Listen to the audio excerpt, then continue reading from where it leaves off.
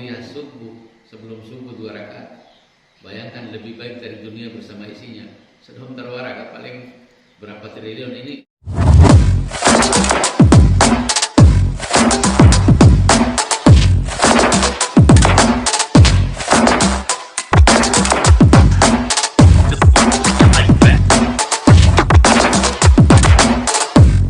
Sebelum lanjut nonton video ini, jangan lupa tekan tombol subscribe, nyalakan loncengnya, like, and share ke teman-teman kalian. Selamat menonton.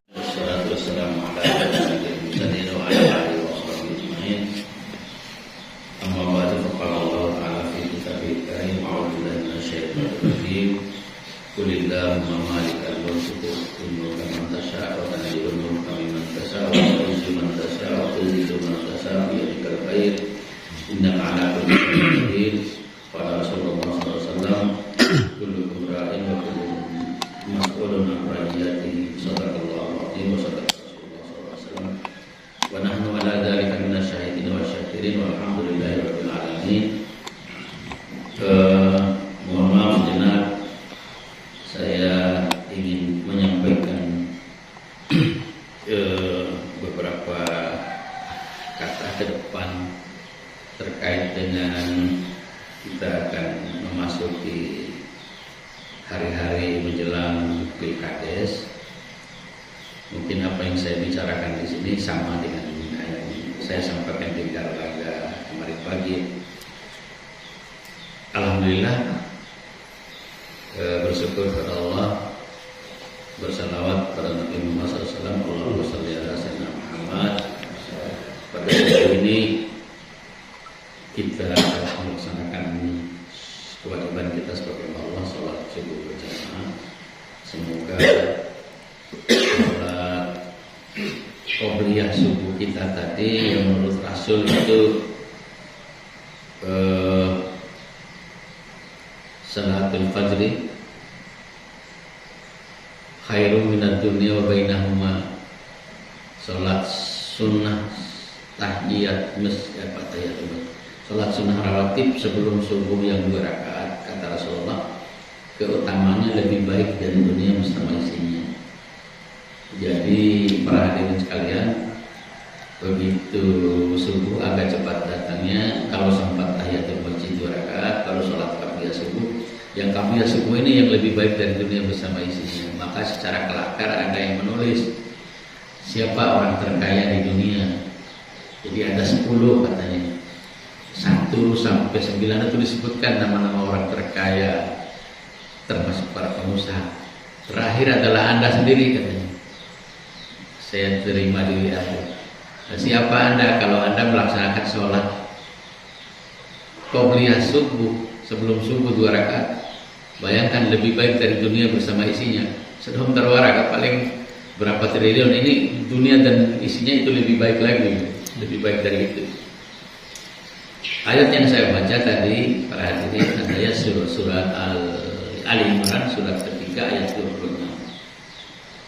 Mungkin ini berkali-kali saya sampaikan di beberapa saat yang lalu, bahkan akhir-akhir ini termasuk di CD Garlaga kemarin pagi saya bawa juga ayat ini dan hadis yang ingin saya bacakan tadi juga. Menan weki besentasa termasuk yang mendengar suara saya ini di rumah masing-masing. Betapapun sedoholi mama calon kepala desa kita yang bersangkutan maunya seperti apa mati-matian supaya jadi, dan para pendukungnya juga begitu. Itu kan endai ini. Kalau maunya Allah tidak seperti itu. Siapa yang terpilih nanti tanggal 6 Juli insya Allah itu sudah dicatat oleh Allah, sudah ditulis oleh Allah SWT, sudah ditakdirkan semenjak 120 hari dalam rahim ibu kita masing-masing. Inna yajma'u halqahu fi batni ummihi arba'ina yawman nutfah summa halaqatan misli dzalik summa mudghatan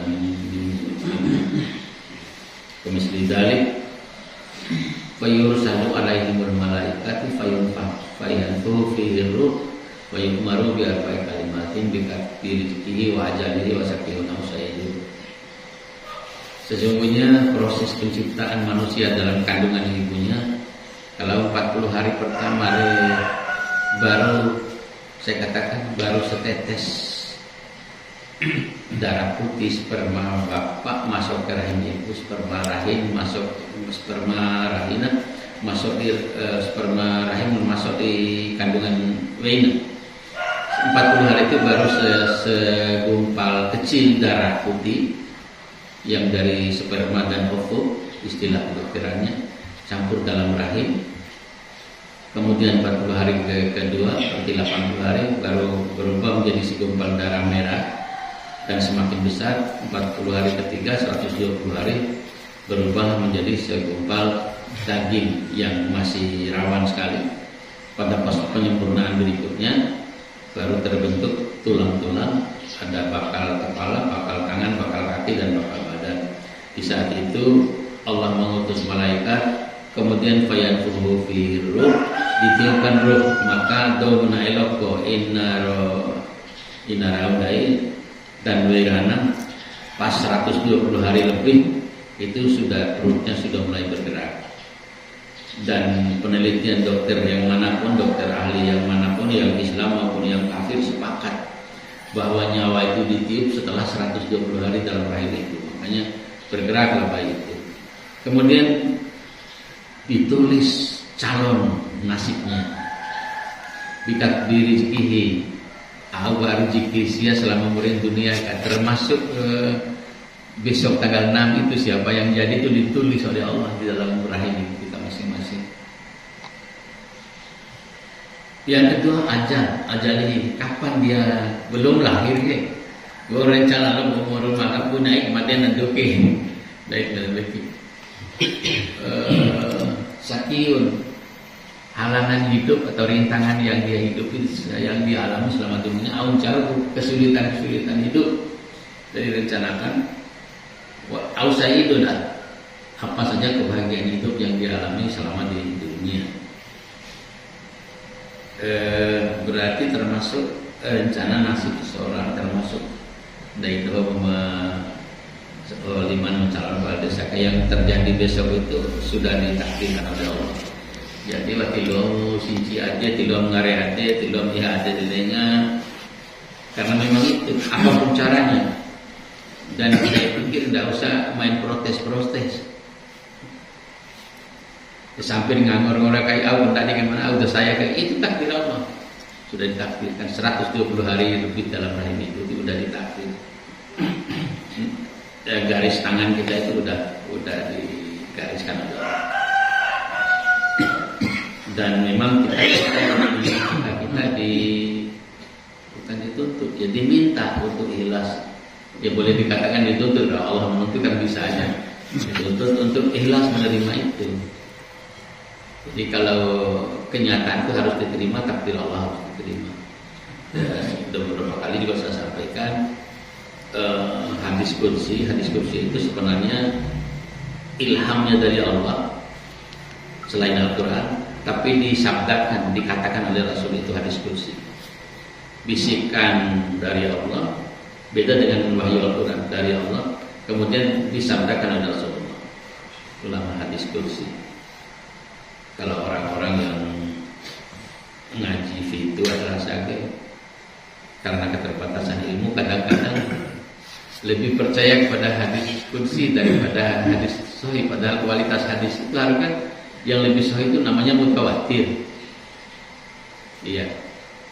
Kemudian nanti kelas-kelas hadis itu kelas yang bagus itu sahih, hasan, dhaif, mungkar gitu. Hadis cawarau sebetulnya karangan orang. Tapi itulah pendidikan para ulama dulu itu ngajinya cuma dengar dari gurunya, ngaji kuping istilahnya. Jadi apa yang disampaikan gurunya itu ditelan mentah-mentah. Apa kata gurunya gitu ya gitu. Saya kasih contoh kecil. Kunewara rasa ada orang-orang yang masih percaya nggak guru itu ya, bahwa kalau ake itu pemperuju, tolong peruju dia melondo ake semperuju cili rumah di depan aja rumah cili kerohan. Karena itu ngajinya agak keliru menurut saya, bertentangan dengan salah satu sifat Rasul, bahwa Rasul itu taklif, menyampaikan apa yang dia terima dari Allah, pasti disampaikan 100%. Bertentangan lagi dengan sebuah ayat, wa tammat kalimatu rabbika. Setelah tamat semua kalimat Allah itu dari pada tanggal 9 Zulhijjah tahun 10 Hijriah di Padang Arafah, waktu turun wahyu terakhir, antara lain Al-Maidah ayat 3 itu. Setelah itu kan sudah sempurna, tidak ada lagi yang disembunyi-sembunyikan oleh Allah. Jadi kalau para pengajian atau faham yang sempurna unjuk acili di rumah itu 100% saya katakan salah. Siapapun menyampaikan, gurunya dari gurunya, sampai benar oleh jenggon sampai awat ini ya. Kalau sampainya seperti itu bertentangan dengan Al-Quran, bertentangan dengan hadis. Kembali saya sampaikan hadis kursi tadi. Kalau kita antara lima nais salah satu dari 5 orang, atau beberapa orang, katakanlah yang menang 1 orang, yang 4 orang ini nggak rela, kata Allah dalam hadis kursi yang disampaikan Rasulullah, malam dia bagi menghilangkan seragam siwa. Kalau seorang tidak ikhlas menerima takdir aku, kata Allah, maka silakan mencari Tuhan selain aku. Diserahkan untuk terima takdirnya oleh muka rumah yang di kasar. Ya itulah peringatan Allah. Segala macam takdir itu harus kita terima dengan ikhlas. Wa ma umiru illa liya'budullaha mukhlishin. Kamu tidak diperintah melainkan beribadah dan menerima takdir Allah itu dengan seikhlasnya. Apa itu ikhlas? Menerima kenyataan walaupun itu pahit. Dan efek positifnya terjadi dialog antara malaikat, antara Allah dengan iblis.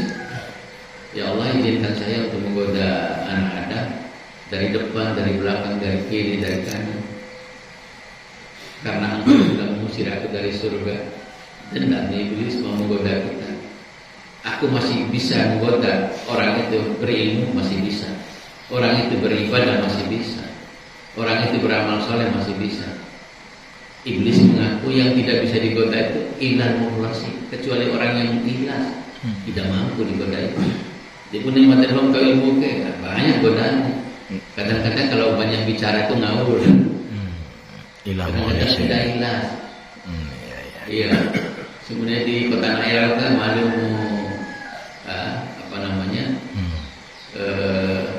tergantung amplop yang dorong. Contoh, misalnya di masjid A, maka biasanya dibayar 500.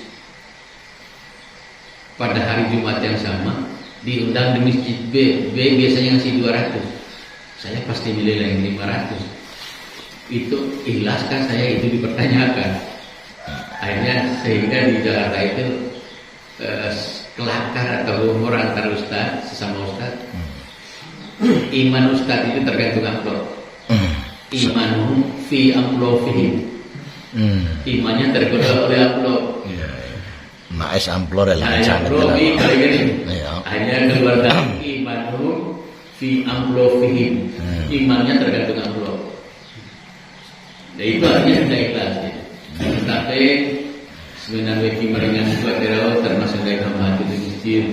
Sampaikan ini masyarakat besok tanggal 6 diusahakan sedapat mungkin menerima dengan ikhlas apapun kenyataan hasil dari PKDes. Ini mana sampaikan materi. Nggak usah protes. Caranya sih si Anu nyogok main duit ini itu. Dia mungkin sudah marah hampir 100% Pak Piti kayak botol ngampun cara kayak gitu. Nah ya namanya usaha dari dahulu udah, saya nggak mau ikut campur di situ. Terserah masing-masing aja. Urusan dosa tidak dosa itu aku dengan Allah yang tahu. Nah, Al-Imran ayat 26 tadi Kulillah, kulillahumma malikal mulk. Katakan oleh Muhammad kepada siapapun bahwa kekuasaan itu, jabatan itu milik Allah. Iya. Tu'til mulka man tasha. Allah akan memberikan kekuasaan itu kepada orang yang dikehendaki. Jadi siapapun yang besok menang itu kehendak Allah. Terlepas dari caranya gimana itu kita rahasia Allah. Dia curang menangnya. Itu rahasia Allah. Takdir Allah.